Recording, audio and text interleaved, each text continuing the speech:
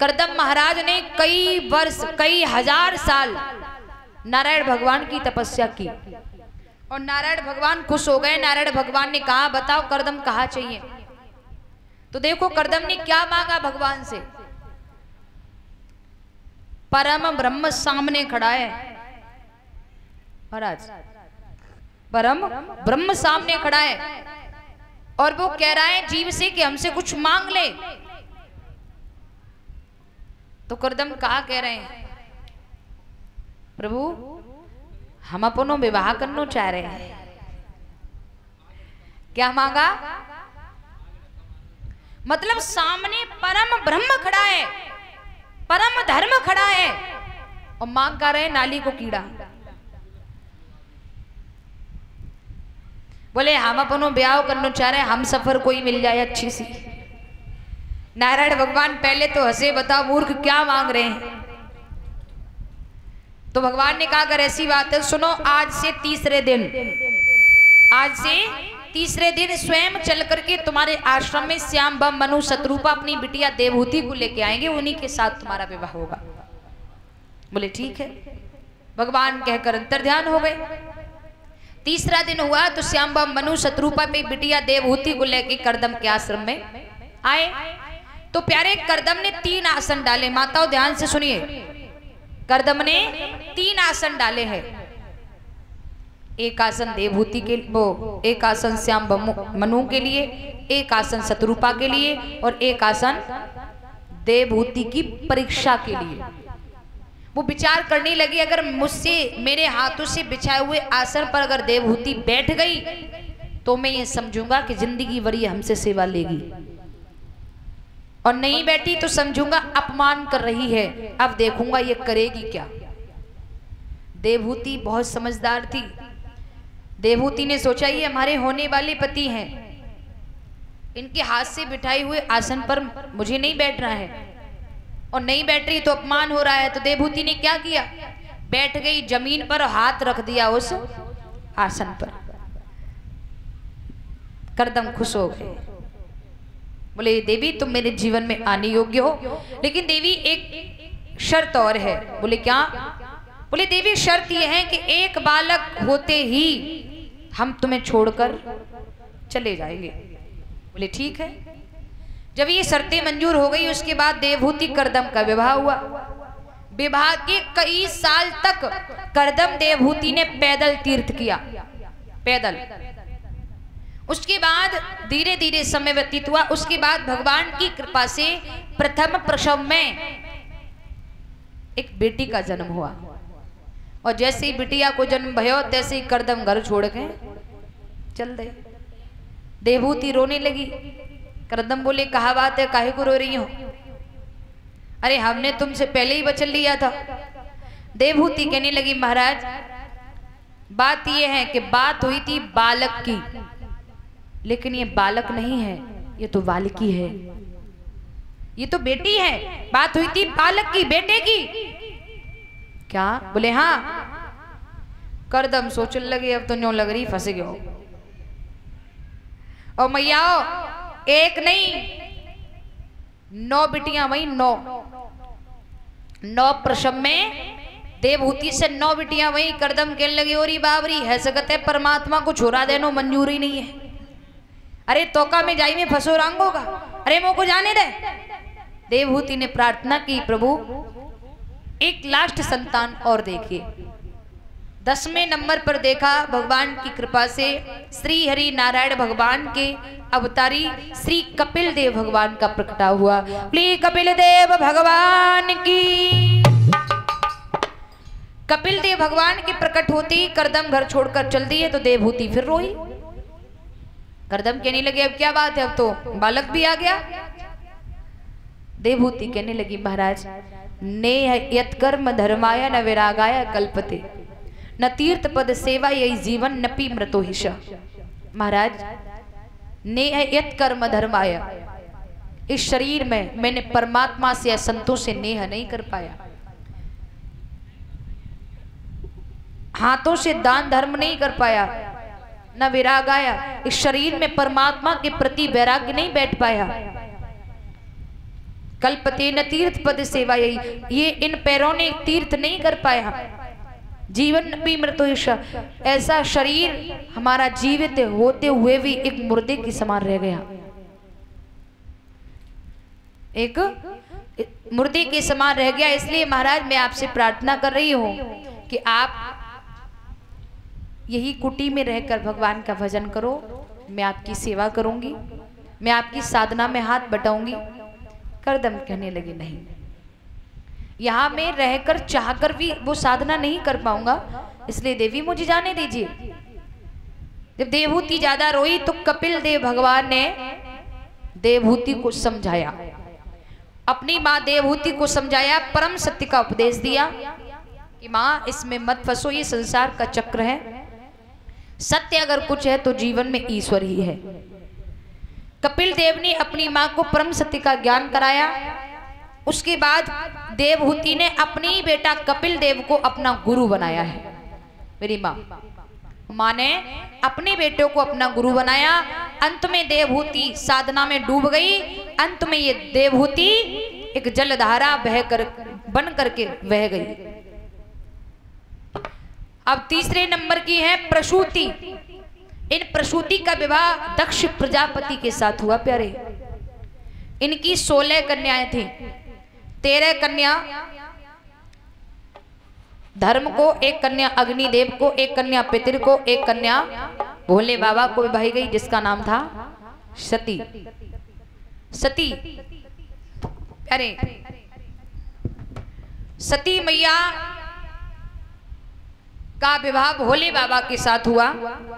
एक बार भोले बाबा और सती मैया कुंभज ऋषि के यहाँ पर सत्संग में गए। जब कुंभज ऋषि के यहाँ गए तो कुंभज ऋषि ने जैसे ही आते देखा तो उन्होंने खड़े होकर भोले बाबा को प्रणाम किया। और जब भोले बाबा को प्रणाम किया, साथ में मैया थी तो मैया को भी प्रणाम किया। और मैया एक बात याद रखियो, सम्मान हजम करने के लिए भी बहुत बड़ी साधना की जरूरत हुआ करती है।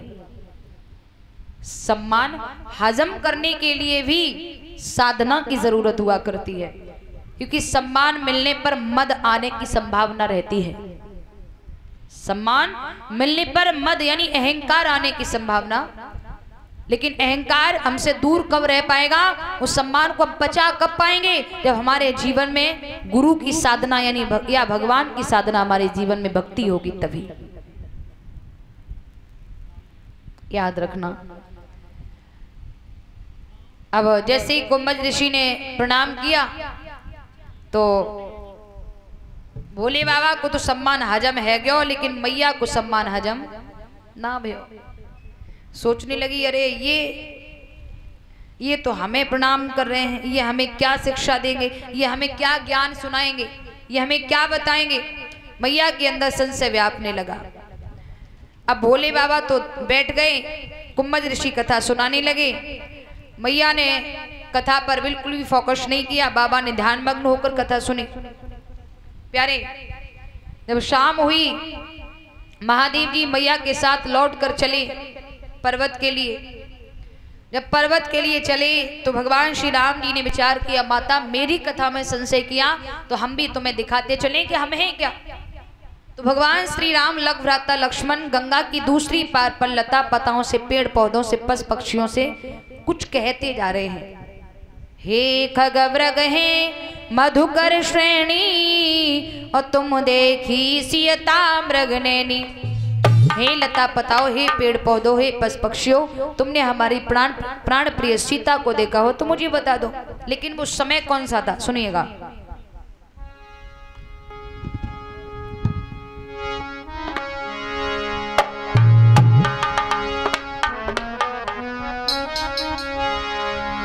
कि गंगा की पार हो चुकी थी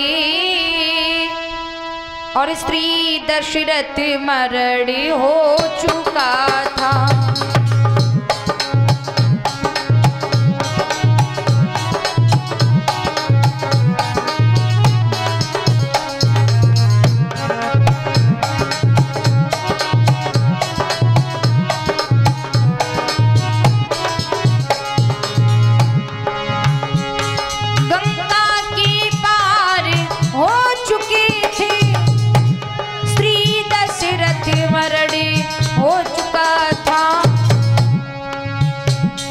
सुग्रीव मित्रता हुई नहीं,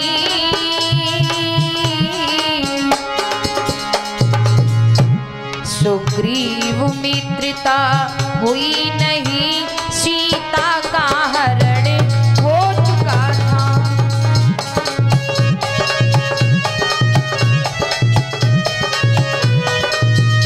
बहुत सुंदर बेटा।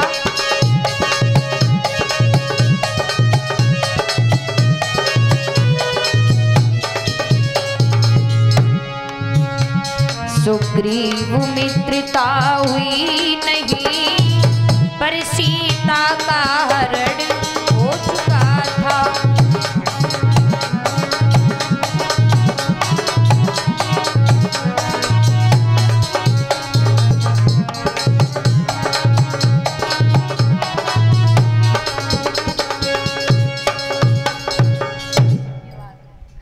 महाराज गंगा के पार हो चुके थे, श्री दशरथ मरण हो चुका था, सुग्रीव मित्रता हुई नहीं, पर सीता का हरण हो चुका था। उस समय की बात, भगवान श्री राम लव भ्राता लक्ष्मण के साथ में लीलाएं कर रहे हैं, और जैसे ही भोले बाबा ने देखा भगवान को, तो भोले बाबा ने दूर से ही भगवान श्री राम जी को प्रणाम किया। और जैसे ही भोले बाबा ने प्रणाम किया, सती मैया ने, देखो सती मैया को बिल्कुल अच्छो ना लगो। सती मैया झुंझलाए की बोली, भोले बाबा? बोले हाँ।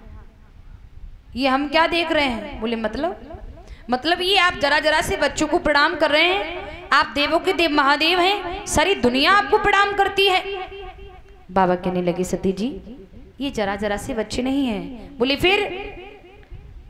बसते ही रोम रोम में भगवान वही हैं, भासित हैं सूर्य सोम में श्री राम वही हैं, कड़कड़ में बास करने वाले भगवान श्री राम जी हैं। मैया कहने लगी, बाबा मैं बिल्कुल नहीं मानूंगी। बाबा कहने लगे, देवी कहना क्या चाहती हो? बोली, बाबा कहना ये चाहती हूँ, ये भगवान है तो रो क्यों रहे हैं? भोले बाबा बोले, सती जी ये भूतल पर आकर के अपनी लीलाएं कर रहे हैं। क्या? इनकी प्राण प्रिय सीता का हरण लंका का राजा रावण कर ले गया है, उन्हीं की याद में ये रो रहे हैं। मैया कहने लगी, अब तो मैं बिल्कुल ना मानूंगी।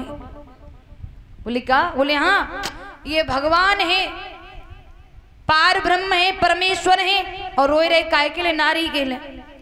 इन्हें जना मालूम सीता कहाँ है? अगर ये भगवान है तो इन्हें मालूम होना चाहिए कि इनकी सीता कहाँ है, जाएं जाकर के ले आए, रोने की क्या जरूरत है? भोले बाबा बोले, मैंने देवी कहा नहीं कि भूतल पर आकर लीलाएं कर रहे हैं ये सब। मैया बोली, मैं बिल्कुल नहीं मानूंगी। क्या? सुनो। अरे मेरे भोला कैसे ये अंतर्यामी, तीनों लोकन की स्वामी, वन वन में सीता कही कही रोई रहे।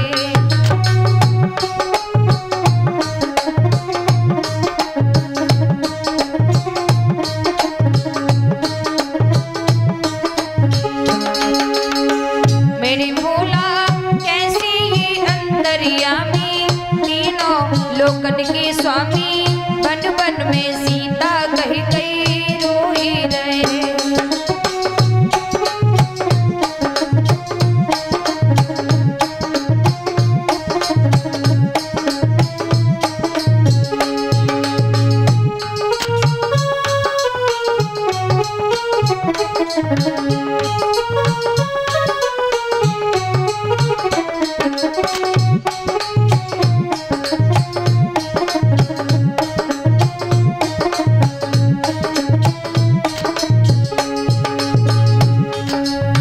वन मारे फिरी कहा है मेरी जनक दुलारी,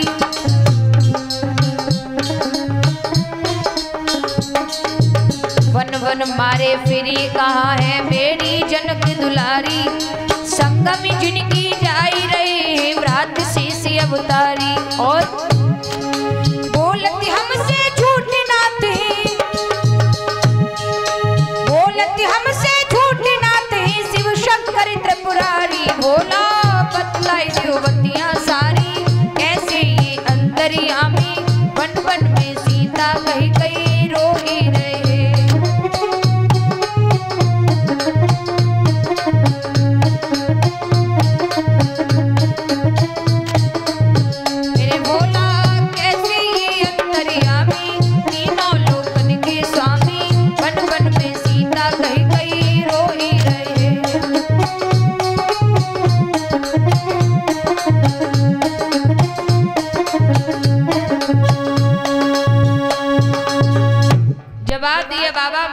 बिल्कुल नहीं मानूंगी। बाबा कहने लगे देवी कहना क्या चाहती हो? बोले कहना ये चाहती हूँ अगर आपकी आज्ञा हो तो मैं इन बच्चों की परीक्षा लेने जाऊं। बाबा कहने लगे तुम्हारा दिमाग खराब है सती जी क्या? माता जिद करके रह गई, इसका मतलब ये अंतर्यामी नहीं है।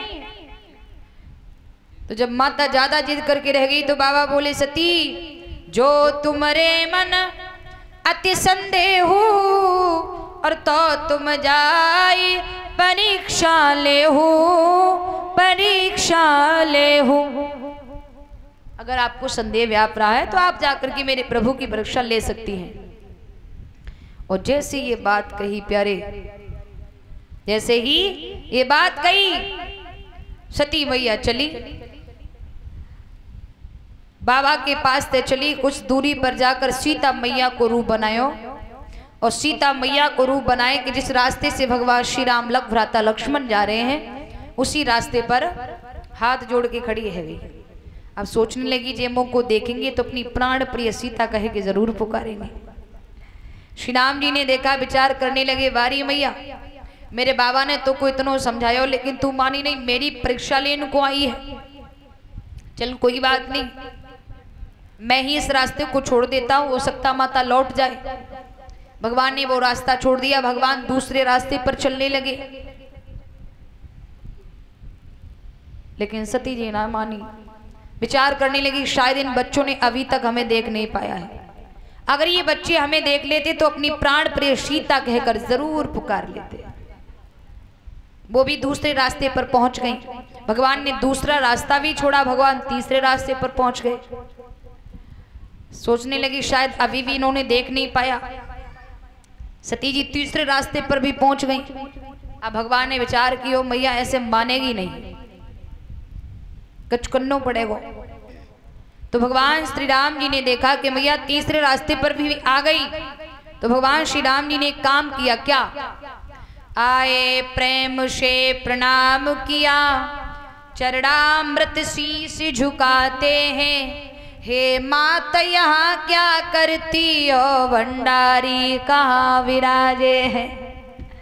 अरे मैया अकेली कहाँ कर रही है? ए बाबा कहाँ है? बाबा से अलग होकर इस तरह से आपको घूमते कभी नहीं देखा मैंने। मैया तो को प्रणाम करो। सती के पैरों के तले धरती खिसक गई। ये क्या हुआ? मैं तो इन बच्चों की परीक्षा लेने आई थी लेकिन इन बच्चों ने मेरी परीक्षा ले ली। अब क्या करूं? अब क्या करूं? भोले बाबा को कैसे बताऊंगी कि मैंने परीक्षा ली पर मैं असफल हो गई? क्या करूं मैं? फिर दिमाग में आया अरे भोले बाबा कहाँ जाने, कह दूंगी भोले बाबा से परीक्षा लई ना, हम तो लौट आए ऐसे है? अब जैसे ही विचार बनाया तो माता वहां से कैलाश पर्वत के लिए भागनी चाहिए। भागी बे भागी ना पाई, यानी भागनी तो चाहिए लेकिन भाग नहीं पाई। क्यों? बोले भागी बे भागी ना पाई, देखा शंभुक श्री राम खड़े, विश्वामित्र खड़े, जानकी खड़ी, सेवा में श्री हनुमान खड़े। अब तो जिधर देखती हैं राम जानकी हनुमान विश्वामित्र लक्ष्मण सभी दिखाई देने लगे चारों तरफ। माता सोचती है अब क्या करें, अब बाबा के पास कैसे जा पाऊं। हृदय तुम्ब अब सुधि कछु नाही, उन्हें नमोद बैठी मन माही। उसी जगह पर अपने घुटनों में सर को छुपाकर आंखें बंद करके बैठ गए। थोड़ी देर बाद उठ करके चली बाबा के पास के लिए। क्या देखा है? बाबा बरगद के वृक्ष के नीचे बैठे हैं। जैसे ही बाबा ने सती को आते देखा उठ करके चल दिए पर्वत की ओर। पर्वत पर पहुंचे, कैलाश पर्वत पर जाकर बाबा बैठ गए। सती पास में आई, बाबा मुस्कुरा करके बोले ले आई परीक्षा। सती जी बोली बाबा एक लोटा भंगिया घोटू या दो लोटा? एक लोटा भंगिया घोटू या दो लोटा? और वैसे मैया बड़ी लड़ लड़ के झगड़ के बड़ी मुश्किल से एक लोटा भंगिया घोट के बाबा को देती थी। आज बड़े प्यार से कह रही है एक लोटा घोटू या दो लोटा? और प्यारे हो, एक बात याद रखियो, घर में जादना आपकी ज्यादा सेवा होए तो न्यो समझ लियो दार में कछु। हाँ। और प्यारे हो, दार में काले के ऑब्जेक्ट दो ही हो सकते हैं, या तो इनसे कोई नुकसान है गयो है और या फिर इन्हें आपसे कछु मंगानो है, दो ही हो सके। जैसे सपोज दैट माना कि हमारे पिताम्बर ताऊ जी, इनकी घरवारी को एक कान को कुंडल खोई जावे, भगवान न करे जो खोवे। एक समझाने के लिए फॉर एग्जाम्पल दे रही हूँ। अब वो सोच रही है शाम को पति देव आएंगे, कुंडल खो गया, बड़ी मुश्किल से बनवा पाए, पति देव शाम को आएंगे, सुनेंगे तो डांटेंगे, हो सकता पीटेंगे भी, क्या करें? फिर दिमाग में ही छोड़ो छोड़ो, सब शाम को देखो जाइए। शाम भाई पति देव घर पे आए, पत्नी देवी ने खाना बनायो, भोजन बनाए कि पति देव को खिलाए दो, बालकन को खिलाए दो, और पति देव तो खाए के आराम से लेट गए जाए, बच्चों को भी खिलायो, बच्चे भी सो गए। इन्हें जल्दी जल्दी घर को जितनो भी काम है तो सारो फिनिश कर लियो, सारो काम कर लियो। फिर पीछे से गई जहाँ पति देव लेटे, पैरन की तरफ बैठ गई और धीमे धीमे पाए। अच्छा, ये सभी को मालूम है कि पत्नी पति के पैर दबाएगी तो कभी मौन नहीं बैठ सकती, कभी चुप नहीं बैठ सकती, कुछ न कुछ बातें जरूर करेगी। आज आप सारे दिन ठाकुरद्वारा में रहे, कि आप सारे दिन मुरादाबाद में रहे, आज गांव में ऐसा हो गया, वो ऐसे कह रही, वो वैसे कह रहा। अरे एक बात और बताऊं? बोले हाँ। अरे वो नहीं है? बोले कौन? बोले करण सिंह। बोले हाँ, उनकी बहुरिया को तुम्हारी कसम एक कान को कुंडल खोए गयो, तुम्हारी कसम में इतने अच्छे थे, उनने अपनी बहू से कछु कही ना है। सो ये हमारे पीताम्बर ताऊ उठ के बैठ गए, बोले ना कही तो ना कही, कुंडल खोई गया तो खोई गया, पत्नी को पीटने से, डांटने से, मारने से क्या कुंडल वापस मिल जाएगा? सो ये हमारे पीताम्बर ताऊ की घरवारी बोली तुम्हारी कसम एक कान को आज मैं रूपेगो। तो ये क्या है? अच्छा मेरी बात, इसे हम अवगुण नहीं कहेंगे, इसे हम गुण कहेंगे, क्योंकि